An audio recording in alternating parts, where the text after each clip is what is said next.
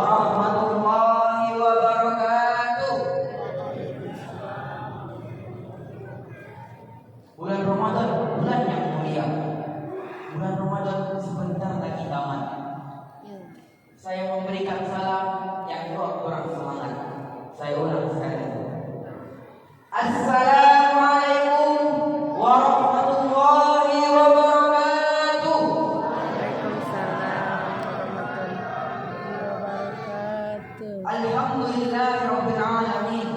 Alladzi ala qaddar wa malaka faqaddar wa minaka faqaddar. Wa sallallahu ala sayyidina Muhammadil Mukhtar wa ala alihi wasallam wa ala alihi akbar. Amma ba'du. Yang pertama-tama yang tak kita lupakan, marilah kita ucapkan segala puji bagi Allah atas karunia dan rahmatnya kita masih bisa berkumpul dan menjalankan aktivitas kita pada malam hari ini. Yang kedua, salawat serta salam tercurahkan selalu kepada baginda kita Nabi Muhammad sallallahu alaihi wasallam dengan mengucapkan sallallahu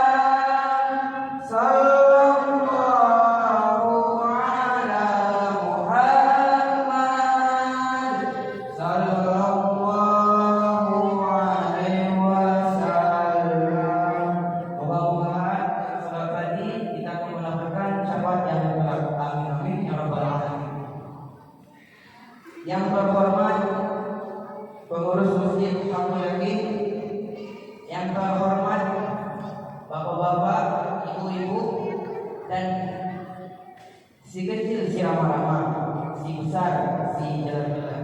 Yang kecil tak bisa disebut nama, yang besar tak bisa disebut jalan. Dan yang saya sayangi teman-teman seperjuangan yang mungkin seumuran, dan yang saya sayangi juga adik-adik yang hadir di masjid yang kita cintai. Sebelumnya mohon maaf bahwa yang belakang izinkan anda menyampaikan terima maaf. Pada kesempatan kali ini izinkanlah saya untuk menyampaikan tausiah yang singkat tentang dampak Al-Fatihah di dalam kehidupan kita sehari-hari. Alhamdulillah, pada malam hari ini adalah malam 5 hari terakhir kita pada bulan Ramadan ini. Dan itu seperti biasa, awal bulan itu ramai, akan tetapi pertengahan terakhir bulan itu ada kemajuan saf dari saf ke-6, saf ke-5 sampai saf yang pertama. Nauzubillahi. Akan tetapi Allah Subhanahu wa taala memberikan promosi kepada kita. Oh, sebelum Ramadan ini ada malam mulai Ramadan. Maka dari itu jangan sampai pada malam terakhir ini semakin kita makin indah. Akan tetapi semakin ke atas, semakin tumbuh pada akhir Ramadan. Dan itu dilakukan juga oleh Rasulullah sallallahu alaihi wasallam sebagaimana hadis yang berbunyi An Aisyah radhiyallahu anha qala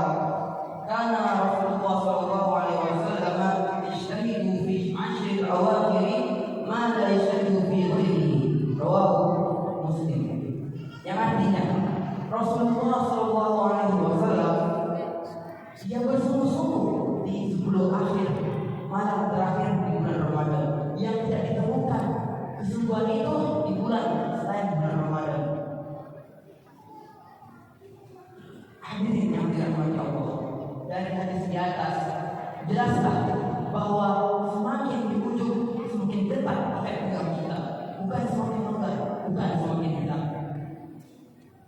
Maka dari itu kita harus menyiapkan amalan-amalan yang harus kita bawa. Amalan apa saja Pak? Bu, yang pertama kita harus menjadikan qiyamul lail seperti salat tarawih, tahajud, witir, sholawat taubat dan lain sebagainya. Dan yang kedua membaca Al-Quran. Yang mau merenungi, yang mau membacanya tafadhol, yang mau mentadabburi, yang mau tadarus silakan. Yang ketiga berzikir dan bersolawat. Dan yang keempat ya berbanyak amalan yaitu berupa iktikaf di masjid. Dan yang keenam bersedekah. Dan akan tetapi amalan yang paling utama yang itu kita anggap sepele, yang itu kita anggap kecil, tapi itu sangat berpengaruh, yaitu amalan membaca surat Al-Fatihah. Karena kenapa Pak? Bu? Karena di dalam surat Al-Fatihah sebuah orang mengukur kadar kualitas kita dalam ibadah. Sebagaimana sabda Nabi Muhammad SAW, an Abi Hurairah qala, kullu amrin zibalin la yudau bilhamdalah fa huwa aqta'u. Rawahu Abu Daud wa Sana'i wa Ibnu Majah. Dari Abu Hurairah berkata Rasulullah, seluruh perkara yang tidak diawali dengan hamdalah atau al-Fatihah maka dia terputus. Maknanya Al-Fatihah itu sebagai perantara kita, sebagai wasilah untuk cepat terkabulnya doa. Dan itu disepakati oleh para ulama tapi terdahulu dengan diawali dan mengakhiri doa.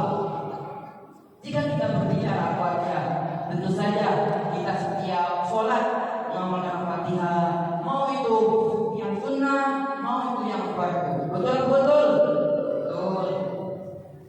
Jadi kita harus membacanya.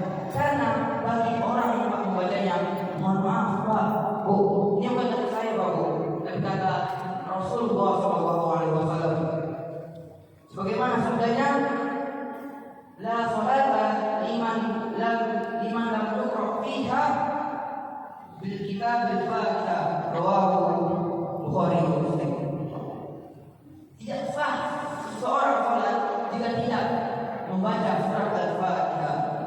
Maka kita sebagai umat Nabi Muhammad SAW pasti tak akan bosan membacanya.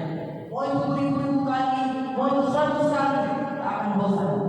Coba Pak, kita baca surat Al-Baqarah, bisa dari rakaat pertama Al-Baqarah, rakaat kedua Al-Imran, rakaat ketiga terus lanjut tarawih lagi An-Nisa sampai pasti bosan. Kenapa? Karena telah terbukti dalam dalil Quran Surah Al-Hijr ayat yang ke-87 yang berbunyi, A'udzu billahi minasy syaithanir rajim. Bismillahirrahmanirrahim.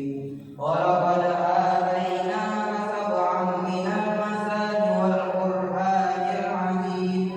Shadaqallahul 'azim. Yang artinya, dan sungguh telah aku berikan kepada engkau 7 yang terus-menerus, 7 yang berulang-ulang dan Quran yang agung. Jadi bisa kita ambil kesimpulannya bahwa Al-Fatihah itu sebuah ummul kitab. Kita ambil dari di antara nama salah satu Al-Fatihah, ummul kitab. Kenapa? Karena Al-Fatihah itu merupakan dari mushaf yang awal dan merupakan induk dari kitab. Dan Al-Fatihah memiliki rahasia dan tujuan yang tersembunyi. Dan juga kalau kita bayangkan Pak Bu, karena Quran tebal, kalau kita bayangkan Al-Fatihah itu semuanya sudah terungkap, terkandung di dalam Quran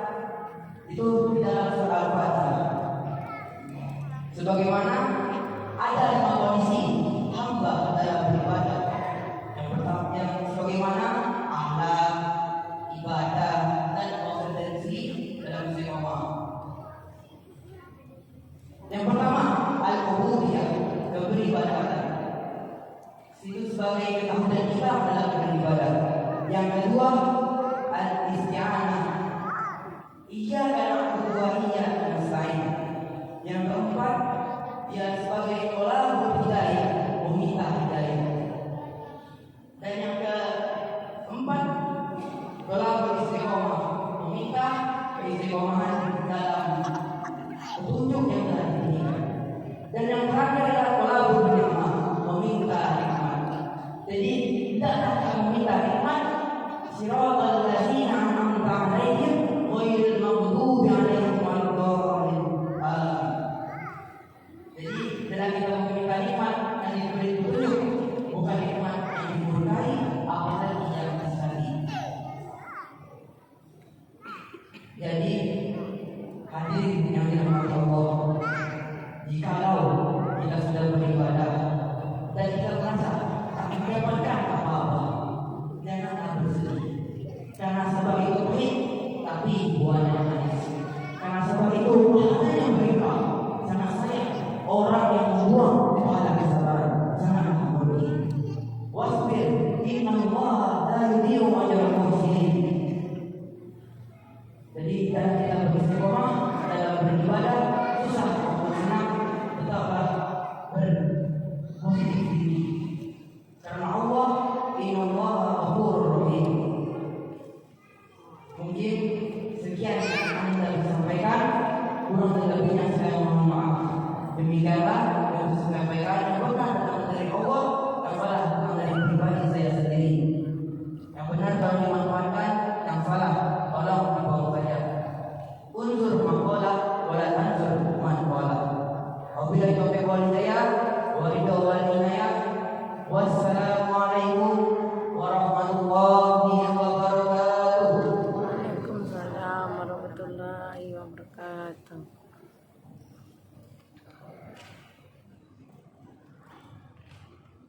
Terima kasih kepada anak tersebut. Mudah-mudahan apa yang diceritakannya dapat tercapai. Acara yang selanjutnya